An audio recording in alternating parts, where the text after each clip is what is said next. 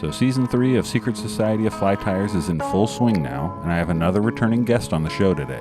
He's one of my favorites too, Gilligan Koles. The last time we talked was way back in Season 1 when I was just a wet baby podcast host, and I've aged significantly since then in my face, in my decrepit tattooed skeleton body, and as a professional broadcaster. Anyway, we aren't going to nerd out about the Truckee River on this episode of the program, though. We already did that. I invited Gilligan back on to tell me and you all about his new handmade Truckee Speed Rods, a Swiss Army knife of a stick that can really do anything. From Euro nymphing to bobber fishing to throwing dry flies, swinging flies, and even stripping big ugly streamers.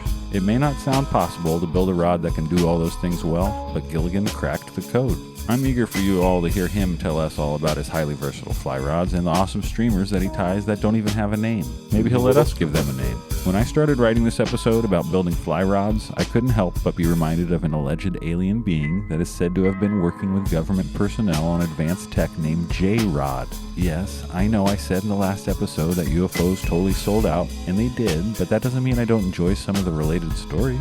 The tales of our government working with strange, alleged non-human intelligence are still some of my favorites. The J-Rod tales initially surfaced in the 1980s, and according to these tales, J-Rod is a tall, slender alien with large, almond-shaped eyes. The classic gray that Whitley Strieber pretty much popularized with the cover of his book Communion. Conspiracy theorists and delusional podcast hosts that read garbage off the internet and pass it on to their listeners say the object crashed on May 21st, 1953.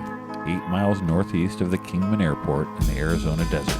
J-Rod is a fun story, but I like the one about a different alien visitor that allegedly worked with our government named Valiant Thor a little better. Not a tall gray alien, but a handsome human-looking man. Valiant Thor is a name that is often associated with conspiracy theories and extraterrestrial encounters. According to the story, Valiant Thor arrived on Earth in 1957 along with 2 other beings. They landed in Alexandria, Virginia, and were met by a police officer who took them to the Pentagon. Valiant Thor claimed to be from the planet Venus and said that he was part of a delegation that had come to establish contact with Earth. I like to think that Valiant Thor is just a dude who pranked his way into the Pentagon. Kind of like this guy on TikTok that I like that walks into businesses and asks them for access to their roof, which they typically give him, sometimes just handing over the keys. Allow me to show you how to get on top of any roof you like. And this one's going to be a little bit more challenging because it's a hospital, but nothing I can't handle. Hello. Hello. Can I get on top of your roof, please? Do you need the key? Yes, please. I'd like the key. That's the master key. Thank you. No problem. Okay, have you had enough alien crap? I have. So let's move on to something relevant to the topic of this episode. So who crafted the first modern fly rod? I haven't read yet, but it better not be another British guy. It's always a British guy. You knobhead! You're a fucking dick! Think you're fucking clever, do ya? Early anglers constructed their rods themselves, and it took an entire winter.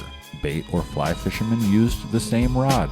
Imagine that. They were all made in 2 parts and ranged from 6 to 18 feet long. The sturdier butt section was wood, and the more limber tip was constructed of a variety of materials, including spaghetti noodles that were melted together and possum tails. You know, I told you in a previous episode that I've almost completely stopped believing in documented history at this point in my near black-pilled, conspiracy-addled brain. I'm not sure what to believe here, but let's just hoist the American flag anyway and take credit for the modern fly rod here in the United States. Gilligan is doing his part to keep the evolution of fly rods on a positive trajectory. Let's cut the shit and let him tell us all about his Truckee Speed Rods with a little streamer talk mixed in. God bless America and Gilligan Koles.